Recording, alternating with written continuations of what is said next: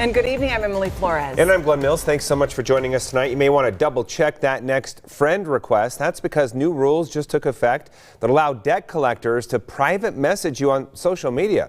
They can also send you text messages and letters. ABC4's Nick McGurk live in Salt Lake City tonight. So Nick, it's not just persistent phone calls anymore. No, not really, Glenn. This is going to change the model that's existed for decades in terms of how these debt collectors can contact you to try to get that money. And by the way, Utah ranking about 15th in the country as far as per capita debt. So a lot of folks out there might want to listen up. Debt collectors are constantly looking for new ways to harass people. That's how they make their money. Attorney Eric Stevenson represents Utahns who feel abused by debt collectors. I had one case where the debt collector threatened my client to revoke their driver's license so they couldn't work anymore. Well, the debt collector can't revoke your driver's license.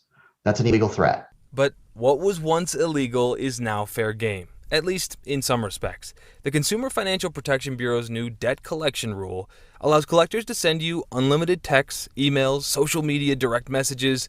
But here's what Stevenson wants you to know. They can't go too far with it. So if you're getting 5 or 10 direct messages a day from the same debt collector, that's going to be harassment. It's worth noting these messages cannot be public posts to your timeline, for example, and the person has to identify themselves when sending this message.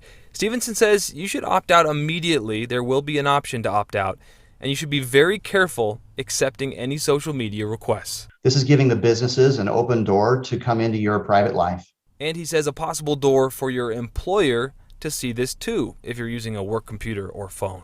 Tonight, we asked Utahns to share their thoughts.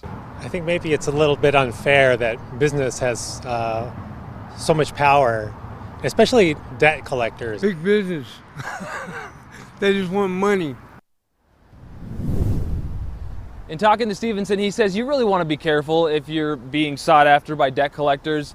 You never want to write down an admission that you owe the debt or any kind of timeline for when you'd pay it back, because then you can reset the statute of limitations. There's a lot to the story. We've got it all online at abc4.com. Live in Salt Lake, I'm Nick McGurk, ABC4 News.